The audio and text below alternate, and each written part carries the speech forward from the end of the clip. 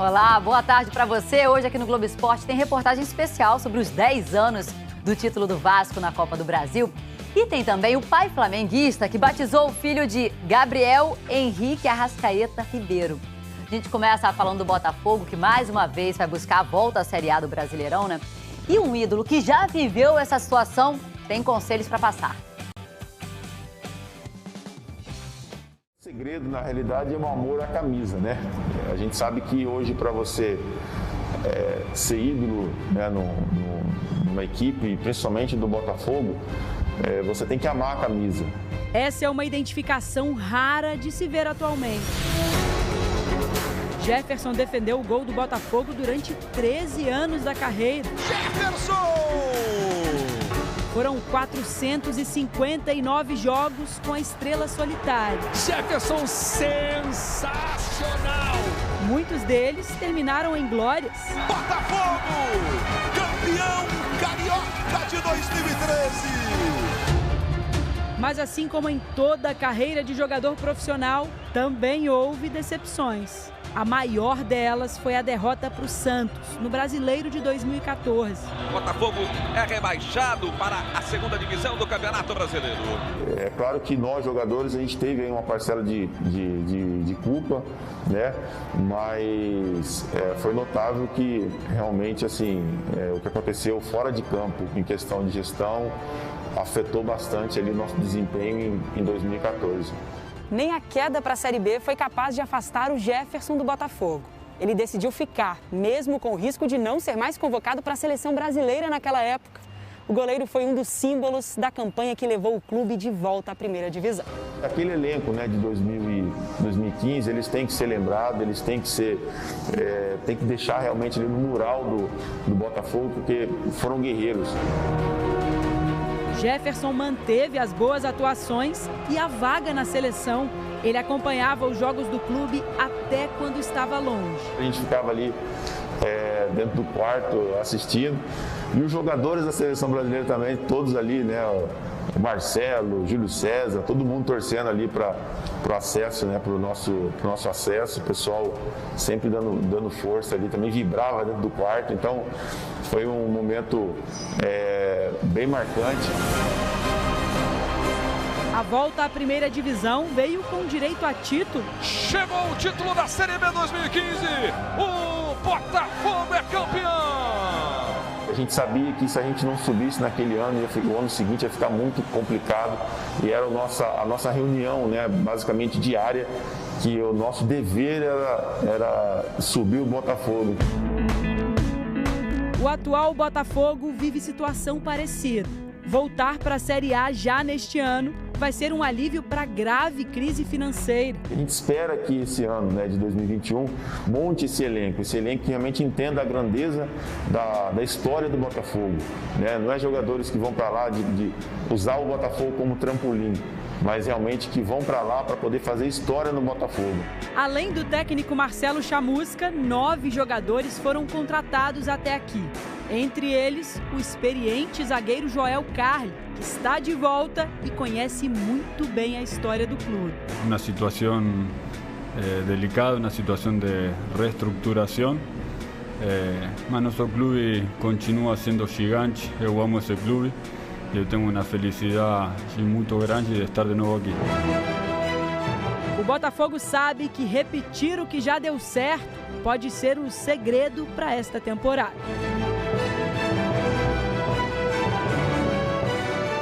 O Botafogo anunciou que o economista Jorge Braga vai ser o gestor responsável por tentar levar o clube de volta para a Série A.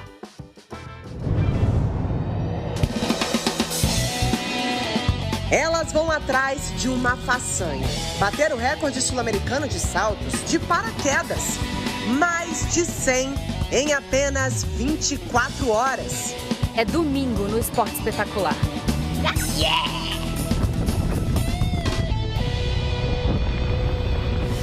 Ali depois do intervalo você vai conhecer o Gabriel Henrique Arrascaeta Ribeiro. Tem alguma ideia para que time torce o pai dele? Tem, né? Pois é. E também vamos relembrar a glória vascaína de 2011. Vasco, campeão da Copa do Brasil. Hoje o time estreia em mais uma edição.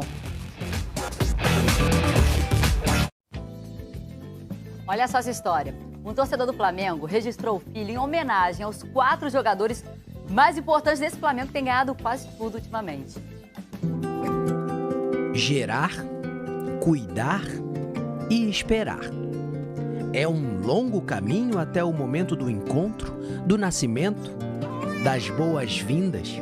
E toda nova história começa por um nome.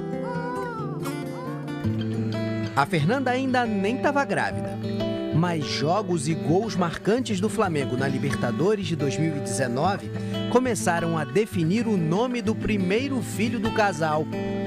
O Bruno Henrique foi levando, aí ficava um e falava: Gabigol tá pedindo, Gabigol tá pedindo, Gabigol tá pedindo. O meu próximo filho vai ser o nome de Gabriel Henrique.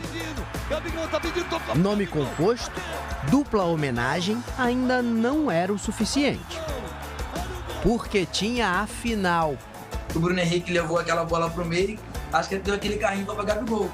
Falei: ó, agora sim o nome do meu filho vai ser Gabriel Henrique Arrascaeta. Aí ela falou assim: que isso, meu nome, que nome é esse? Não vai ser esse não. Só que ali também não sabia que tava grávida, entendeu? Era só imaginação e sonho. 4 meses depois, a cegonha chegou. No dia da ultra, a médica falou: é menino. Ele deu um grito, começou a chorar na sala, deu um susto na médica. Tava definido. Gabriel Henrique Arrascaeta. Só que uma coincidência com um dos sobrenomes da mamãe contemplou outro jogador, Everton Ribeiro. Eu ia botar o Souto da minha mãe, que eu queria fazer homenagem pra minha mãe. Ele falou: não, tem que botar o Ribeiro, pra ficar o nome dos 4, né? Ninguém acreditou. A minha mãe, a minha família, ninguém acreditou, entendeu? Todo mundo falava: não, você não vai ter coragem. O bebê nasceu em outubro do ano passado. Até o escrevente duvidou. Ele falou assim: tem certeza? Absoluta? Ele foi e colocou: Gabriel Henrique Arrascaeta Ribeiro de Matos. Aí eu saí dali com aquela felicidade imensa, né, cara? Gabriel Henrique Arrascaeta Ribeiro é o nome da emoção. O quarteto já voltou a treinar para a nova temporada, mas ainda não deve jogar contra o Resende amanhã. O bebê Gabriel faz 5 meses no domingo. Tem camisa personalizada, chegou pertinho da Taça Libertadores e ouve as lições do irmão mais velho.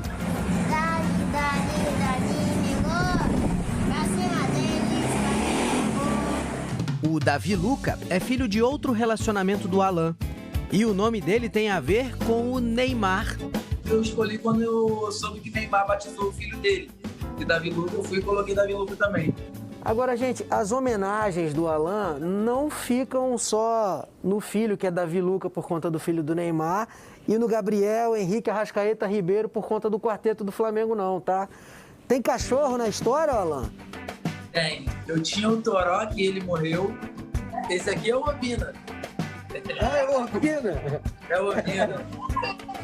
Um rubro-negro fissurado, que fez do filho o bebê mais famoso de Maricá.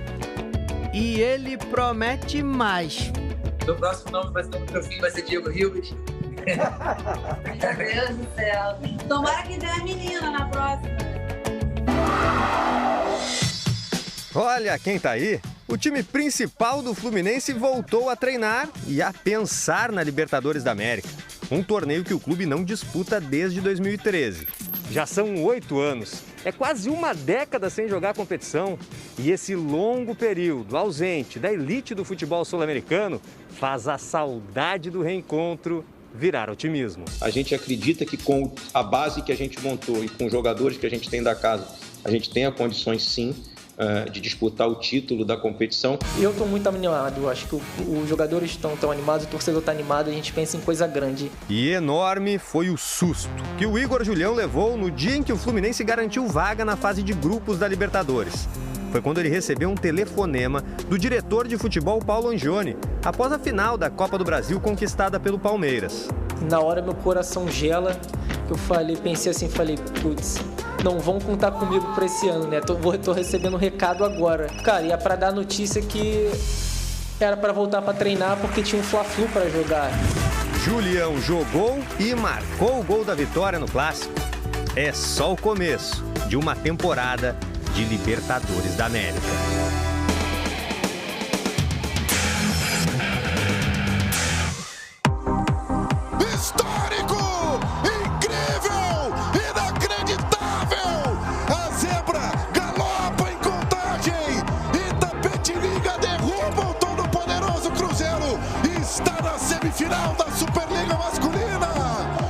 era muito justificada.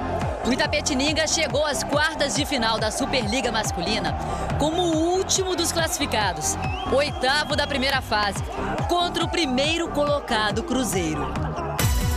Cruzeiro multicampeão, 3 mundiais, 7 sul-americanos e 6 Superligas. Abriu 2-0 fácil para mostrar que a derrota no primeiro jogo da série melhor de 3 tinha sido apenas um acidente de percurso. Mas a incrível classificação do Itapetininga na terceira Superliga dele veio com uma reação espetacular. Empatou o jogo e venceu o set de desempate. E aí foi aquilo que já mostramos. Incrível que faz esse time guerreiro, esse time raçudo, esse time incrível de Itapetininga. Cruzeiro fora das semifinais pela primeira vez em todas as 12 Superligas que disputou. E Itapetininga chegando à primeira semifinal da história do time. E hoje tem mais quartas de final da Superliga ao vivo no Sport TV 2. Praia Clube São Paulo Barueri, logo mais às 2 da tarde. E na sequência tem América Mineiro e Taubaté. Vou falar agora de Copa do Brasil, porque esses são os times que avançaram nessa quarta-feira para a segunda fase da competição. O Corinthians foi até Pernambuco buscar a vaga na segunda fase da Copa do Brasil. Enfrentou o Salgueiro e alguns outros adversários que vieram no pacote. Open bar de Mariposa em Salgueiro. Jefferson abriu o placar logo no comecinho. A segunda trave, o toque de cabeça pro meio! Ramiro ampliou na volta do intervalo. Gol! Vai, Corinthians! E Matheus Vital fechou com esse chutaço. Na segunda fase, o Corinthians vai enfrentar o Retrô, também de Pernambuco. Atlético Goianiense e Galvez se enfrentaram na Arena Pantanal, em Cuiabá. Campo neutro, porque o Acre, casa do Galvez, está com o futebol paralisado por causa da pandemia. Quem passou foi o Atlético Goianiense, que abriu 3-0 com gols de Zé Roberto, Wellington Rato e Danilo Gomes. Galvez fez o golzinho de honra com o Rodrigo. Na segunda fase, o Atlético enfrenta o Joinville. Em Caxias do Sul, David foi lançado nas costas da defesa para fazer o gol da classificação do Fortaleza sobre o Caxias. 1-0. E o Volta Redonda também avançou. Vitória por 3-0 sobre o Castanhal, no Pará. Aleph Manga marcou 2 vezes e Regis completou no finalzinho. Na próxima fase, o Voltaço enfrenta o Juazeirense da Bahia. E o Vasco estreia hoje na Copa do Brasil contra a Caldense, às 5h30 da tarde, ao vivo no Sport TV. E a única vez em que o Vasco conquistou a Copa do Brasil foi em 2011. E nós agora vamos relembrar. Mãe, não se preocupa que se o Vasco ganhar, eu vou morar aqui, não vou mais voltar não, tá tranquilo. Fim de um longo jejum. O Vasco é campeão da Copa do Brasil. E os vascaínos podem chorar de alegria. Era uma espera de 8 anos sem título em 2011. Em competições nacionais, o jejum já durava 11 temporadas.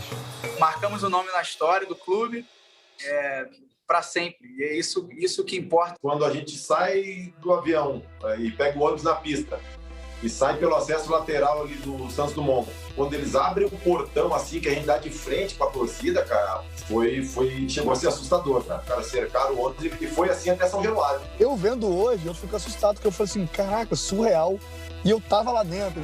8 anos sem título, a torcida merece, cara, porque eles sofreram demais. Ramon, Fernando Praz, Felipe Bastos, testemunhas e personagens do único título vascaíno na Copa do Brasil. 2011 não foi exatamente um ano que começou legal, não. Nos 4 primeiros jogos, 4 derrotas. A gente iniciou 2011 sob muita desconfiança, né? Resquícios de um clube que 2 anos antes estava na Série B. Ô Bastos, e aí começa a Copa do Brasil, estreia lá contra o Comercial, e quem faz o primeiro gol da campanha? Eu, né? Claro, artilheiro. A chegada de trás, o chute a gol! Gol! Felipe Bastos! Goleada de 6-1 em cima do Comercial. Na fase seguinte, um confronto teoricamente tranquilo. Virou drama. Acabaram fazendo uma guerra mesmo pela entrevista que o Dedé deu. O Dedé pegava na bola e o estádio vinha abaixo, cara, vinha abaixo. O pessoal conseguiu criar um clima horrível pra gente lá. Mas o Vasco eliminou o ABC com uma virada no jogo de volta e seguiu adiante. Passou pelo Náutico, pelo Atlético Paranaense e pelo Avaí, antes da grande final contra o Coritiba. Porque foram 3 jogos, né? A gente jogou na quarta contra o Coritiba, domingo contra o Coritiba e quarta de novo contra o Coritiba. Primeira quarta, jogo de ida da final da Copa do Brasil, Vasco 1-0. Domingo, Campeonato Brasileiro, Coritiba 5-1. Um jogo cheio de reservas dos dois lados. E pressão para cima do Vasco na quarta-feira seguinte, na partida de volta da decisão. Estádio Couto Pereira lotado. Alexandro fez 1-0, Vasco. Aquela tensão de final, quando sai o gol a gente... O Coritiba virou. Vasco empatou. Coritiba 3-2. Mais um gol daria o título ao time paranaense. Dentre as muitas imagens inesquecíveis para o torcedor vascaíno, uma ficou marcada naquele título. A imagem de quem não queria nem ver o que acontecia ali na frente. Aquela cena época do Felipe e Diego Souza assim abaixado, a gente vendo os dois desesperados. Quando você sai, você acaba virando um torcedor, fica muito aflito, preferindo ver o jogo. Deu certo. O Vasco é o campeão! Num jogo memorável, histórico aqui no Alto da Glória!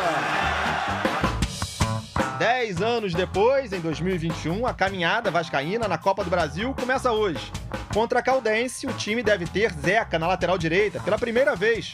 Germancano e Leandro Castan também viajaram e podem estrear na temporada. A delegação foi de ônibus para Poços de Caldas, em Minas Gerais, e teve paradinha estratégica na igreja de Nossa Senhora da Aparecida. Para os torcedores supersticiosos, não custa lembrar, em 2011 também teve foto lá. Que traga sorte para quem anda atrás de um título nacional desde então. É o início de mais uma caminhada. Amanhã tudo aqui no Globo Esporte para você. Uma ótima tarde, cuide-se e a gente se vê.